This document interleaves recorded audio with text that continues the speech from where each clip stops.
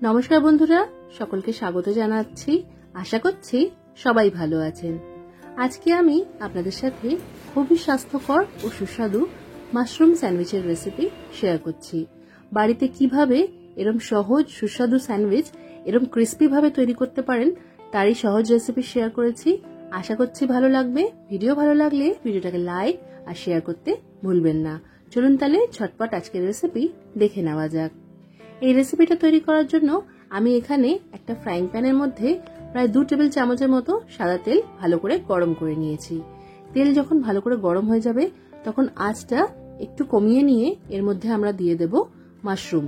এখানে মাশরুম আমি ভালো করেই পরিষ্কার করে নিয়েছি।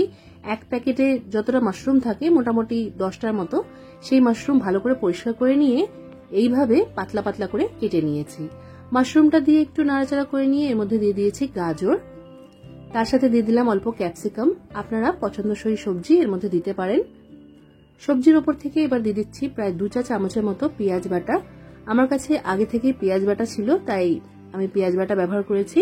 আপনারা কিন্তু আমি যেই মশলাগুলো দিচ্ছি সেগুলোর পেস্ট একসাথে তৈরিও করে নিতে পারেন।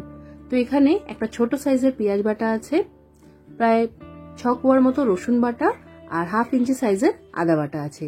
আপনারা এই সবকিছুকে একসাথে বেটে নিয়েও ব্যবহার করতে পারেন। তো এই পেঁয়াজ আদা রসুনের সাথে সব সবজিগুলোকে ভালো করে মিশিয়ে নিলাম। প্রায় 2 মিনিটের মতো ভালো করে কষিয়ে নিয়েছি। দেখতেই পাচ্ছেন মাশরুম থেকে যে জলটা বেরিয়েছিল সেটা ভালো করে শুকিয়ে গেছে। এবার এর মধ্যে আমরা দিয়ে দেব স্বাদ মতো নুন। প্রায় 1 চা চামচের মতো এখানে আমি নুন দিয়েছি। এবার দিয়ে দিলাম লঙ্কার গুঁড়ো 1/2 চা চামচের মতো। আপনারা এখানে কিন্তু কাঁচা লঙ্কা বাটাও ব্যবহার করতে পারেন বা গোলমরিচ গুঁড়োও দিতে পারেন। এবার দিচ্ছি আমি এর মধ্যে অরিগ্যানো। আপনাদের কাছে অরিগ্যানো না থাকলে আপনারা অল্প একটু প্রায় 2 চিমটের মতো গরম মশলার গুঁড়ো দিয়ে দিতে পারেন বা চাইলে ধনেপাতা বা পুদিনা কুচিও দিতে পারেন। তো আমি ভালো করে সবকিছুকে এবার মিশিয়ে নিচ্ছি। এবার আঁচটা মাঝারি করে দিয়ে এটা আমরা ঢাকা দিয়ে 3 থেকে 4 মিনিটের মতো রান্না করে নেব। এইভাবে একটু ঢাকা দিয়ে রান্না করে নিলে সব সবজি খুব তাড়াতাড়ি নরম হয়ে যাবে। তো এখানে 4 মিনিট পর আমি ঢাকাটা সরিয়ে রেখে আরেকবার নাড়াচাড়া করে দিচ্ছি। এবার এই সময় আমরা চেক করে নেব যে ভালো করে গাজর আর মাশরুমটা সেদ্ধ হয়েছে কিনা। আপনারা চাইলে কিন্তু এই পুরের মধ্যে আলুটা সেদ্ধ করে বা আলুটা একদম ছোট করে কুচিয়ে নিয়েও ব্যবহার করতে পারেন। এবার আমি এর মধ্যে ওপর থেকে দিয়ে দিচ্ছি চিজ। এখানে চিজের যে কিউবগুলো পাওয়া যায় সেগুলোকে আমি একটু ছোট ঘষণির সাহায্যে গ্রেট করে নিয়েছি, সেটাই দিয়ে দিলাম। চিজটা দিয়ে 1 থেকে 2 মিনিটের মতনই মাঝারি আঁচে রান্না করে নিতে হবে, যাতে করে চিজটা খুব সুন্দরভাবে সবকিছুর সাথে গলে গিয়ে মিশে যায়। তো এখানে আমাদের পুরটা রেডি হয়ে গেছে। এবার আমরা আঁচটা বন্ধ করে দেব। পুরটা একটু ঠান্ডা করে নিয়ে এটা আমরা স্যান্ডউইচের মধ্যে ভরে দেব। আজকের এই স্যান্ডউইচগুলো আমি হোয়াইট ব্রেড দিয়ে তৈরি করছি। আপনারা কিন্তু ব্রাউন ব্রেড দিয়েও এটা তৈরি করতে পারেন। ব্রেডের একটা স্লাইসের ওপরে এইভাবে পুরটা একটু ভালো করে ছড়িয়ে নিতে হবে।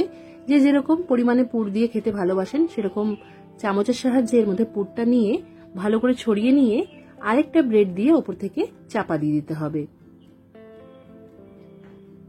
আপনারা চাইলে কিন্তু ওপর থেকে আরো কিছুটা চিজ ছড়িয়ে নিয়ে তারপর ব্রেডটা চাপা দিতে পারেন। তো এইভাবে ব্রেডটা দিয়ে ভালো করে আমি ওপর থেকে প্রেস করে নিচ্ছি, এতে করে পুরটা ভালোভাবে বসে যাবে। এবার ব্রেডের যেই পার্টটা আমরা ওপর থেকে চাপা দিয়েছি তার উপরে একটু বাটার লাগিয়ে নিতে হবে। যারা বাটার ছাড়া এই স্যান্ডউইচগুলোকে একটু রোস্ট করে নিতে চান তারা কিন্তু ফ্রাইং প্যানের মধ্যে অল্প সাদা তেল ছড়িয়ে দিয়েও এটাকে রোস্ট করে নিতে পারেন। তো এখানে আমি প্রত্যেকটা ব্রেডেই বাটার লাগিয়ে নিয়েছি একটা সাইড করে, আর তাওয়াটা মাঝারি আঁচে গরম করতে বসিয়ে এর মধ্যে ব্রেডের যেই দিকটাতে বাটার লাগিয়েছিলাম সেটাকে উল্টো করে এইভাবে বসিয়ে দিচ্ছি। এক একটা ব্যাচে আমি 3টে থেকে 4টে করে ব্রেড দিয়ে ভালো করে রোস্ট করে নিচ্ছি। তো প্রথম ব্যাচে আমি 3টে ব্রেড দিয়েছি। ব্রেডটা ভালো করে বসিয়ে নেওয়ার পর আমাদের 1.5 থেকে 2 মিনিটের মতো অপেক্ষা করতে হবে। মাঝারি আঁচে এইভাবে রোস্ট করলে ব্রেডটা খুব সুন্দরভাবে আমাদের সেকা হয়ে যাবে।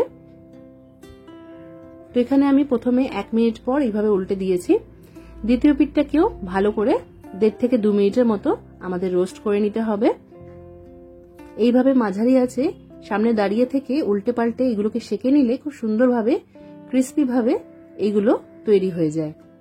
যাদের কাছে গ্রিলার বা ওভেন নেই তারা এইভাবেও স্যান্ডউইচ তৈরি করে নিতে পারেন।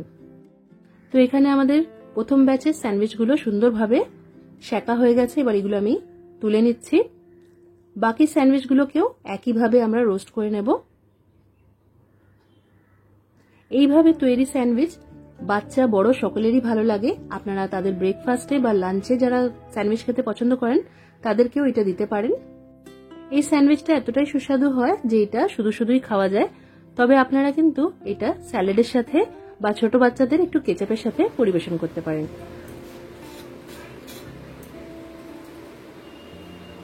আশা করছি আজকের এই স্যান্ডউইচের রেসিপি আপনাদের ভালো লেগেছে। অবশ্যই করে রেসিপিটা ট্রাই করবেন, কমেন্ট করে জানাতে ভুলবেন না যে কেমন লাগলো।